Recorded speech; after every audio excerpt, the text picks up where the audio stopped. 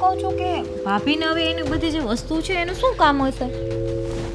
કેમ શું કામ હશે એટલે કે જો હવે એ કે મારી જેમ ચૂડલો ન પહેરી શકે, ન એને સોનાનું મંગલસૂત્ર પહેરવાનું, ન એને શર્ટ પહેરવાના હોય, તો એ બધી વસ્તુનું શું કરશે એમ કહું છું. કે નથી એને નવી સાડીઓ પહેરવાની કે? અરે કાંઈ નહીં કરે, તું શું કામ ચિંતા કરે છે? હા, એ બધી વસ્તુ તારી જ છે. એમ પણ આપણે બધું વસ્તુ આની પાસેથી લઈ જ લેવાની છે. હવે એની પાસે એ વસ્તુ કઈ કામની જ નથી તો એને શું કરવી છે? તમને આ બધી છે ને વાતું કરવાની છે ખાલી. મમ્મી છે ને એ ભાભીનો પક્ષ બહુ જ લે છે. મારી કઈ વાત માન્યમાં રાખતા નથી. કાંઈ પણ કહું તો મારી બિચારી વહુ આમ, મારી બિચારી વહુ તેમ, તો હું શું છું આ ઘરમાં પણ? અરે કેટલો સમય હા ભલે બિચારી કરતા, પણ એ બિચારીમાંથી એને દુશ્મન બનાવી દેવાય. હા લાગવું જોઈએ કે અભાગણી છે, આ ઘરમાં છે ને અપશુકનિયાળ છે. હવે એ બધું મારે તને શીખવાડવું ન પડે. એના માટે તારે જે કંઈ પણ કરવું પડે ને એ કરવાનું ચાલુ કર, જેથી કરીને મમ્મી જેને ત્રાસ આપવા જોઈએ ને એ આ ઘરમાંથી ચૂપચાપ અને બધી વસ્તુઓ તારી થઈ જાય. વાહ આદિ વાહ. હા, પતિ હોય ને તો તમારા જેવો. હા, આવો વિચાર તો મને ક્યારે મગજમાં ના આવ્યો. પણ હવે બહુ વિચારીને ડગલા ભરીશ. અને રહી વાત મમ્મીને ભાભીની વિરોધ કરવાની, તો એ તો મારા ડાબા હાથની રમત છે. કાંઈક તો એવું જ કરીશ કે મમ્મીને છે ને એમ થઈ જાય કે ના ના આ કાજલ વહુ છે ને ઈ જ સાચી છે, ઓલી તો છે ને અભાગણી છે. હા, એવું કરવું જ પડશે. નહીં તો મમ્મીને તો બસ હરી ફરીને ભાભી બહુ સારી દયાળુ, એ તો કપડા આવા જ પહેરે. અરે ભાઈ કપડા આવા જ પહેરે એટલે એને કઈ ફેશન કરવા મોકલવાના છે? હા, અને શું વિધવાઓ આખી દુનિયાની છે, એ બધી શું નવી સાડી પહેરીને ફરે છે, નાના ચૂડલા પહેરે છે, મંગલસૂત્ર પહેરે છે. મમ્મીને સમજવું જોઈએ એની નવી સાડીના કબાટો ભર્યા છે, એને શું કરવા છે? અથાણા કરશે. હા, મને તો એ થાય છે કે ભાભીને જરાય વિચાર નહીં આવતો હોય. આ એટલા બધા સારા બનવાના નાટક કરે છે તો એમ કેમ નથી થતું કે લાવ આ બધી વસ્તુ મારી જે કંઈ પણ પહેરવા જેવી નથી, હવે એ કાજલને સોંપી દઉં કે આપી દઉં? નથી કેમ થતું આવું? ઈ જ વાત છે, એને એવું કઈ નથી થતું. આમ તો મને બહુ કે તું મારી દેરાણી નથી, તું તો મારી નાની બેન જેવી છે, તો અત્યારે ક્યાં ગઈ નાની બેન દેવાની વાત આવે તો દુશ્મન થઈ જાય છે. હા, ખાલી વાતો કરે છે આ લોકો મોટી, બીજું આ લોકોથી કઈ નથી થતું. અને નહીં ને ભાભીનું કઈ બે શબ્દ કહું તો સીધા રોવા માંડે છે, બિચારા થઈ જાય છે ને મને આંખે કરી દે છે મમ્મીની નજરમાં. હવે આપણે એવું કઈ નથી કરવાનું જેથી કરીને મમ્મીની આંખે તું થાય. હવે આપણે એવું કરવાનું છે કે તું કંઈ પણ કરે ને તો મમ્મીને સારું લાગવું જોઈએ અને આંખે થશે ભાભી. ઓકે, હવે એના માટે મારે ખાસ કરીને થોડોક ટાઈમ લઈને વિચારવું પડશે કે એવું તે મારે શું કરવું જોઈએ જેથી કરીને મમ્મીને હું સારી લાગું. અરે ચાલુ કર દે પુસ્તકો વાંચવાનું, કે જેઠાણીને પાડવી હોય તો કેવી રીતે પડાય. હા, જેઠાણીનો ટાંટિયો ખેંચતા આવડે છે કે નહીં? હા, બધી પુસ્તકો તું વાંચ, એમાંથી કંઈક તો તને મળશે ને જેથી કરીને વિધવા ઉપર એ વાંચજે કે વિધવાને કરી હેરાન. હા, પણ હું એમ કહું છું આજે રાત્રે તમે ભૂલ્યા વગર 2 પુસ્તક લઈ આવજો. અને હા, એ બધું મને ના સોંપ, હું કઈ લાઇબ્રેરીમાં ગોતવા નથી જવાનો. અને આ બધા પુસ્તકો છે ને માંડ મળે છે. આ બજારમાં ડિમાન્ડ જ એટલી હોય ને કે એને ગોતવા મુશ્કેલ છે. મારે પતિ કેટલા છે ઘરમાં? કેટલા છે એમ પૂછું છું તમને. કેટલા છે એટલે તું પૂછે છે? કેવો સવાલ કરે છે? પતિ કેટલા છે એટલે પતિ તો એક જ છે ને. તો પછી મારે કામ કોને ચીંધવાનું હોય? મારા પતિને જ ચીંધું ને, કે નહીં કે પાડોશીને કહું? એ ભાઈ સાંભળો, તે કામ હતું તમારું, કહું? કહી દે ને, લઈ આવે તો ને. હા, હું જ છું પતિ ગયેલો પતિ સાવ. અચ્છા, એટલે હવે તમે મારી સાથે લગ્ન કરીને પતી ગયા છો. એક કામ કરો, હું ઘર છોડીને જતી રહું, કેવું રહેશે? હલા યાર, તારો તો ત્રાસ છે જીવનમાં. આ કંઈ પણ થાય એટલે ઘર છોડીને જતી રહું, ધમકીઓ આપવા સિવાય કઈ કામ નથી તારે? પણ એ સિવાય તમે સીધા ચાલતા નથી ને. આ તો કીધું ને મેં તને કે થઈ જશે. આપણે જરાક મહેનત કરો, કામ કરવું હોય તો ફળ મેળવવું હોય તો આપણે પણ કઈ કરવું પડે. બેઠા બેઠા કઈ ના થાય. પણ મહેનત કરવા માટે જ કીધું કે તમે મને સાંજ સુધીમાં 2 પુસ્તક લઈ આપો, તો તમે કીધું મને ટાઈમ નથી, હું લાઇબ્રેરીમાં જવાનો નથી. તો શું હું ભાભીને મમ્મીને કહીને જાઉં કે આજે મારે થોડુંક ઇમ્પોર્ટન્ટ કામ છે, લાઇબ્રેરીમાં જવાનું છે, 2 પુસ્તકો ગોતવાની છે. પછી આમાં તમને સાસુ વહુને બંનેને એકબીજાના વિરુદ્ધ કેમ કરવા એ મારે શીખવાનું છે, એવું કહું? હાસે હવે ભાઈ લઈ આવી આપીશ. બળ બોલ. કામ નથી ચિંતાતું. વાહ ભાઈ વાહ, તારી માટે તો મારે એક એવું પુસ્તક ગોતવું છે ને. બોલો. હા, લેતો આવીશ તારા પુસ્તક. અરે ના, કેવું પુસ્તક? રહેવા દે ને. આજે સાંજે 1 કિલો આઈસ્ક્રીમ લઈને આવજો, બરાબર છે? મારી ફેવરેટ. જાઉં છું હું. પત્નીને બનાવ્યો ગલગોટો. હા યાર, હું કહું તો છું તને કે આપણે ઘણા સમય પછી મળીએ છીએ. હા, તું તો છે ને ભૂલી જ ગયો છે મને, મળવા આવતો જ નથી ને. કારણ કે આ જ્યારથી તારા લગ્ન થઈ ગયા છે ને ત્યારથી સાગર કોણ છે, આપણે એના ફ્રેન્ડ છીએ, એ બધું ભૂલી ગયો તું. હા હા, એ જ તો વાત છે. હું એ જ તો કહું છું તને કે હા હા, ના ના, હું મારું ધ્યાન રાખું છું, તમ તારે તું ચિંતા ના કર. Excuse me. હા, એક મિનિટ, હું તને ફોન કરું પછી. મૂકું. હા હા, બોલે. તમારું wallet. Oh, thank you so much. By the way, મેં તમને ક્યાંક જોયા હોય એવું લાગે છે મને. મને પણ દૂરથી એવું જ લાગ્યું કે તમે કોઈ ઓળખીતા છો, અને તમારું વોલેટ પણ પડ્યું હતું એટલે જ હું અહીંયા આવી. મારું નામ મીરા છે. આપનું? મારું નામ સાગર. મીરા? ઓળખ્યો મને? સાગર પરમાર. હા, મીરા આહિર. યસ, હાય. હેલો. પણ મીરા, આ બધું શું છે? સાગર, તને ખબર નથી ને, કારણ કે ઘણા વર્ષોથી આપણે બંને અલગ થઈ ગયા છીએ. એ જ તો વાત છે. આપણે બંને સાથે કોલેજમાં હતા અને સ્કૂલમાં પણ. હા, સ્કૂલમાં હતા, કોલેજમાં હતા, અને આપણે બંને બેસ્ટ ફ્રેન્ડ પણ હતા. પણ અચાનક મારે આ અમદાવાદ જવાનું થયું પછીનો તો હું તને મળ્યો જ નથી. તો ન જ મળે ને. તું અમદાવાદ ગયો અને હું દેશમાં. હું મારા બા અને દાદા સાથે રહેતી હતી. થોડા વર્ષો વીતી ગયા, મારું સ્કૂલ કોલેજ બધું પતી ગયું. પછી મેં 2 વર્ષ તો જોબ પણ કરી, અને પછી મારા લગ્ન થઈ ગયા. સારો એવો સંસાર ચાલી રહ્યો હતો મારો. ઈશ્વરની ખૂબ જ કૃપા હતી. મારા સાસુ સસરા બધા જ સારા હતા. મારા હસબન્ડ તો બહુ જ સારા હતા. પણ ખબર નહીં, ઈશ્વરને કદાચ મારી ખુશીઓ મંજૂર નહોતી, એટલે એમણે મારા પતિને મારી પાસેથી છીનવી લીધા. 8 મહિના થયા. મારા હસબન્ડનું કાર એક્સિડન્ટ થયું હતું અને એ સ્વર્ગવાસ પામ્યા છે. મીરા, તારી સાથે આવી ઘટના બની ગઈ? અરે, હું તારો બેસ્ટ ફ્રેન્ડ છું, તે મને જણાવ્યું પણ નહીં આ બધું. સાગર, તારો કોઈ જ કોન્ટેક્ટ ન હતો મારી પાસે, કારણ કે સ્કૂલ કોલેજ વખતે આપણી પાસે ફોન નહોતા, અને ત્યારે એટલા ફોરવર્ડ પણ નહોતા ને ફેમિલીવાળા કે છોકરાને છોકરીને વાત કરવા દે, મળવા દે.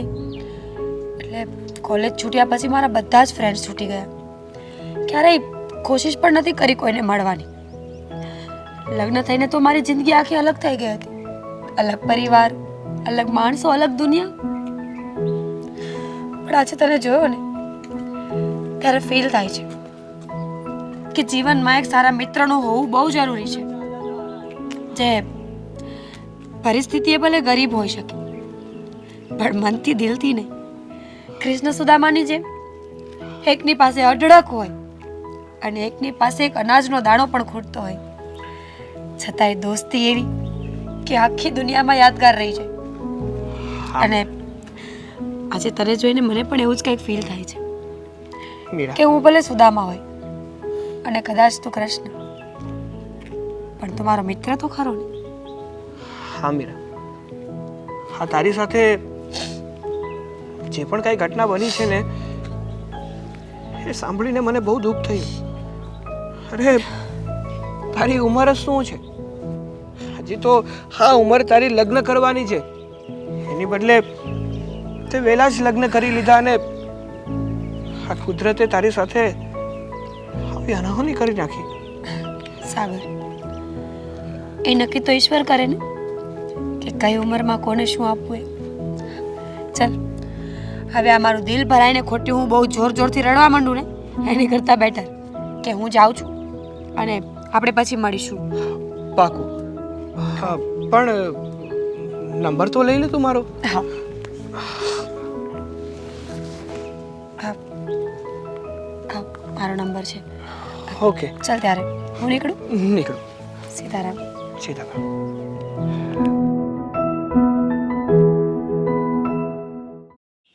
નરેશ, જો આ બધી છોકરીઓના ફોટા મેં મગાવ્યા છે.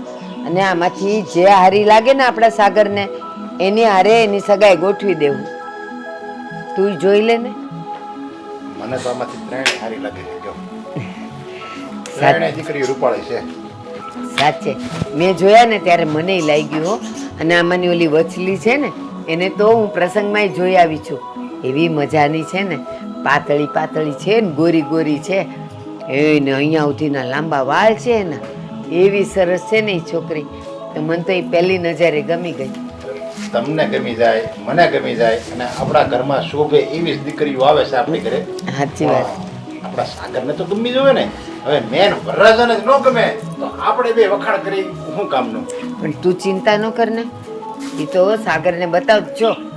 છોકરાઓનું કેવું હોય, એમને વાતું કરીએ ને એટલે એ ના પાડે. હજી વાર છે, હજી ભણું છું, હજી નોકરી નથી મળી. પણ જેવી છોકરી સામે આવે ને એટલે એને ચટપટી થવા માંડે કે હા લ્યો હવે તો કરી જ નાખવા. ને એમાં આવી રૂડી રૂપાળી છોકરીઓ હોય પછી હું કામી ના પાડે. હવે આપણે ઘણી જગ્યાએ છોકરી જોવા લઈ ગયા છે તો હું એમ આપણે છોકરી જોવા પરિણામો લઈ જતા હોય એમ તો એ આવે છે અને ગમે છોકરી દેખાડવી એ ના જ પડે છે.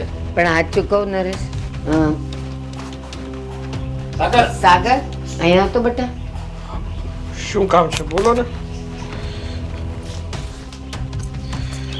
બોલો. સાગર એક વાત કહું, તું ભલે ગમે ત્યાંથી આવતો હોય ને પણ અમારી સામે આવે ને એટલે હસતું મોઢું રાખવાનું. હા બોલો શું કામ છે. બસ હો, આવું નકલી એ નો હસાય. બેટા સાગર, એક વાત છે, હા બોલો ને શું વાત છે. એ સાંભળીને ખુશ થઈ જઈશ. હા બોલો. એવી તો કઈ વાત છે કે જે હું સાંભળીને ખુશ થવાનો છું. બસ તારી ઉંમર શું છે? લગ્ન કરવાની ને નોકરી કરવાની. નોકરી તો તને મળી ગઈ સરસ મજાની, એટલે એક વાતની તો આપણને શાંતિ થઈ ગઈ. હવે રહી છોકરીની વાત. તો બેટા આજે હું છે ને ઘણી બધી છોકરીઓના ફોટા લાવી છું. એમાં સારી બધી હતી પણ એમાંથી આ ત્રણ જે લાવી છું ને એ સૌથી સરસ હતી. તો જો હું લઈ આવી છું અને મને ને તારા પપ્પાને તો ગમી જ છે. હવે આમાંથી તને જે ગમે ને મારી સામે આમ ન જો. આ જો, બધી છોકરીઓ સારી છે આમ. સાગર એકવાર નજર તો માર. મારે છે ને હા એક પણ છોકરી જોવી નથી. આમ ન મેં ના પાડી હતી કરાય. ને તમને લોકોને કે મારે હમણાં લગ્ન નથી કરવા, તો શું કામ તમે મારી પાછળ પડી ગયા છો કે લગ્ન કરી લે લગ્ન કરી લે. અરે શાંતિ રાખો ને. મારે જ્યારે લગ્ન કરવા હશે ને ત્યારે હું સામેથી તમને લોકોને કહી દઈશ કે મારે લગ્ન કરવા છે. સાગર આ હું કરત તું? કેવડો છે હજી? આ તારા બાપની સામે તો આવું બોલે, મારી સામે આવું બોલે. બટા સાંભળ તો ખરો, જો તારે માં નથી, હવે રેવ તારો બાપ અને હું રહી તારી દાદી. હવે જો આ ટાણે ન કરીએ ને એ તો ગામ વાતું કરે કે એની માં નથી ને એટલે એનું કોઈ ધ્યાન નથી રાખતું. ગામને છે ને વાતો કર્યા સિવાય બીજું કઈ આવડતું પણ નથી અને આવડશે પણ નહીં. જો આમ કરશું ને તો એમેય વાતો કરશે અને બીજું કરશું તો બીજી વાતો તો કરવાના જ છે. અરે પણ એમાં એટલો બધો ગરમ હું કેમ થશો તું? ક્યારનો હું સાંભળું છું અને તું બગશો એ સાંભળું છું. મેં તને એમ કીધું કે આ છોકરી જોઈ લે કેવી છે તો રાયડું મીડું નાખવા કે મારે નથી કરવા લગન નથી કરવા લગન. આ તારે હારા હાટું છે ને કેવી? પછી તારી ઉંમર થઈ જાય ને પછી કોઈ ડેફો ભાઈ તને નહીં જોવા આપે. હા તો નો આપે ને તો હું કુંવારો રહી વાંધો મરીશ પણ મારે લગ્ન નથી કરવા. એ પ્રેમથી તમને લોકોને પેલા સમજાવ્યું હતું કે પપ્પા દાદી મારે લગ્ન નથી કરવા, તો હમણાં થોડોક ટાઈમ ખમી જાવ. પણ ના, તમે તો મારી પાછળ જ પડી ગયા. જ્યારે ઘરે આવું ને ત્યારે એક જ વાત લઈને તમે બેઠો છો. પાછળ જ પડી જાય ને પણ તારો બાપ શું? મારે આ ઘરમાં મારી પુત્રવધુ જોવે છે, તારો વંશ જોવે છે ને તારે એમ કે લગ્ન નથી કરવા લગ્ન નથી કરવા. પછી લગ્ન ઉંમર વહી જાય ને પછી કોઈ નહીં જાય તો હારી છોકરી બતાવે આનો વાંઢો રહે અને પછી મારે છે ને અહીંયા કોઈ બાડી બોબડી એટલે એવી છોકરી. નરેશ, નરેશ તારી તબિયત ખરાબ છે, તું ઘાટા નહીં પાડ. અરે શાંતિ આવા રાખ. મગજ રાખે તો તબિયત બાપાની ખરાબ જ થાય. એ ભલે થાય. હું બોલું છું ને બેટા, તું કાંઈ ન બોલ. જો દીકરા, આ ઘરમાં હવે મારાથી એ કામ નથી થતું. મારી ઉંમર થઈ ગઈ અને હવે છે ને વહુ આવે ને તો હું થોડીક જવાબદારીમાંથી છૂટું ને અને હું જીવી એટલું તો જીવવાની એ નથી. અરે પણ જો તમારાથી કામ ના થતું હોય તો ના કરો. આપણે ઘરમાં કામવાળી રાખી દઈશું. હું આપીશ તમ તારે પૈસા, કામવાળી રાખી દઈશું. આ ઘરના કામ કરવા માટે ઘરમાં વહુ લાવવી જરૂરી છે એવું કોણે કીધું? વહુ જોવે, હરેક ઘરમાં વહુ જોવે. સ્ત્રી હોવી જોઈએ ઘરમાં. કામ વાળી તો પૈસા દેવી ને એટલે સવારે આવે ને હાજે વહી જાય, પણ ઓલી સ્ત્રી હોય ને એ ઘરની લક્ષ્મી કહેવાય. અને કયું ઘર એવું હોય સ્ત્રી વગરનું કયું ઘર હોય? આ બા છે ને એ તો કાલ સવારે વહી જાય, પછી એક પુત્ર વધુ તો જોવે ને ઘરમાં. અરે પણ હું લગ્ન કરવા ઓડે હું મને અરે પણ હું હંમેશા લગ્ન કરવાની ક્યાં ના પાડું છું? અત્યારે મારે લગ્ન નથી કરવા એમ કહું છું. મારે છે ને તમારી સાથે કઈ વાત નથી કરવી, અને મારો નિર્ણય ફાઇનલ છે કે મારે લગ્ન નથી કરવા એટલે નથી કરવા અત્યારે.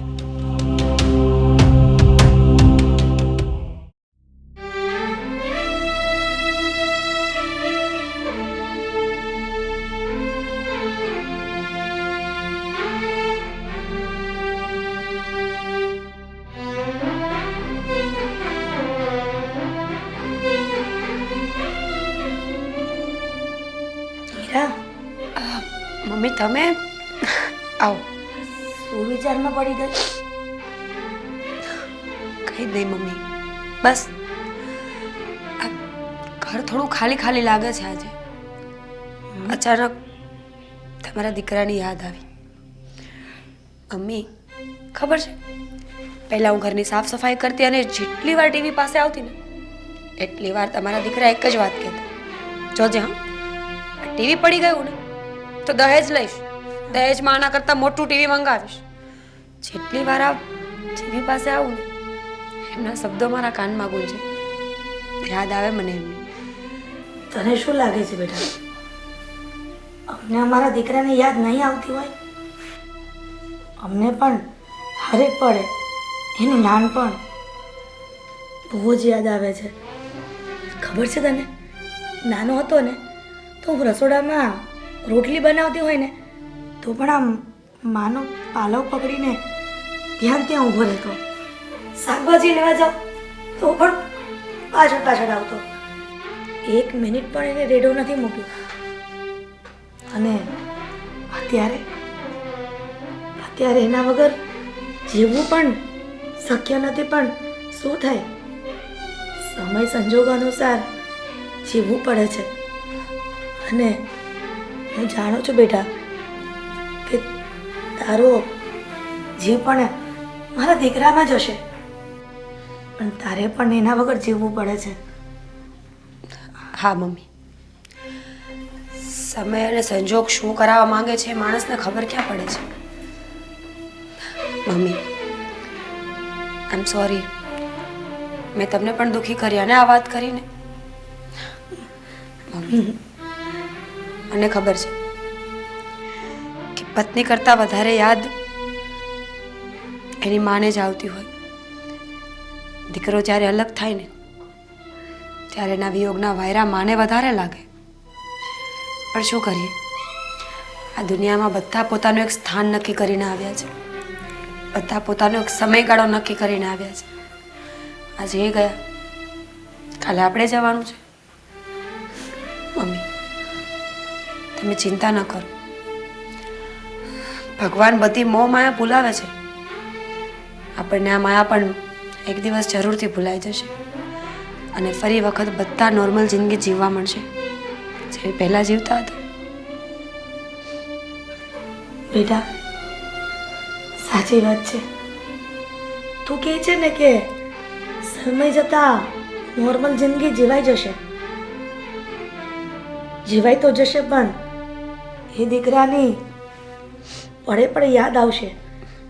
નાનપણથી મોટો આ ખોળામાં થયો અને અચાનક ભગવાને મારા દીકરાને આ દુનિયામાંથી છીનવી લીધો.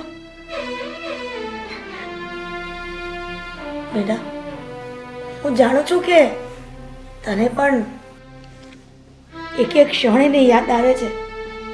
તું એક કામ કર ને, થોડા દિવસ તું તારા પિયર જતી રહે એટલે તારું મન પણ હળવું થઈ જશે. ના, હું ક્યાંય જવાની નથી તમને મૂકીને. જો આ મારું સાચું ઘર કહેવાય. ભલે મારા માણસની ગેરહાજરી છે હું માનું છું એ વાતને, પણ આ ઘર છોડીને હું મારા મમ્મી પપ્પાના ઘરે તો નહીં જ જાઉં. પણ દુઃખ સુખ બધું અહીંયા જ છે મારું. મમ્મી પ્લીઝ, હું ત્યાં જઈને એ લોકોને પણ દુઃખી કરવા નથી માંગતી. તમને ખબર છે, ઘરે પાછી આવેલી દીકરી અને એમાં પણ જે વિધવા હોય એનો બોજ મા બાપ ના ઉપાડી શકે. ગરડા માવતર જિંદગીના અનુભવોથી આમ પણ થાકી હારીને બેસી ગયા હોય છે અને એમાં પણ જ્યારે વિધવા દીકરી ઘરે પાછી આવે ને ત્યારે એમની પાસે કોઈ રસ્તો નથી બચતો મમ્મી. પણ બેટા તું આમ વિધવા કરીને પોતાની જાતને દોષ ના આપ. મેં તને કહ્યું ને તું બીજા લગ્ન કરી લે, હું તારું કન્યાદાન કરીશ અને દીકરી સમજીને તારે વિદાય કરીશ. બસ મમ્મી, બસ હવે સમય આવશે ત્યારે બધું થઈ જશે. ચલો હવે જો રડ્યા છો ને તો ટીવી ફોડી નાખીશ અને દહેજ પણ નહીં આપું. હા નહીં રડું. ચાલો હવે હું મારું કામ પતાવું, તમે તમારા રૂમમાં આરામ કરો. દવાનો ટાઈમ થયો છે ને? હા હું આવું છું.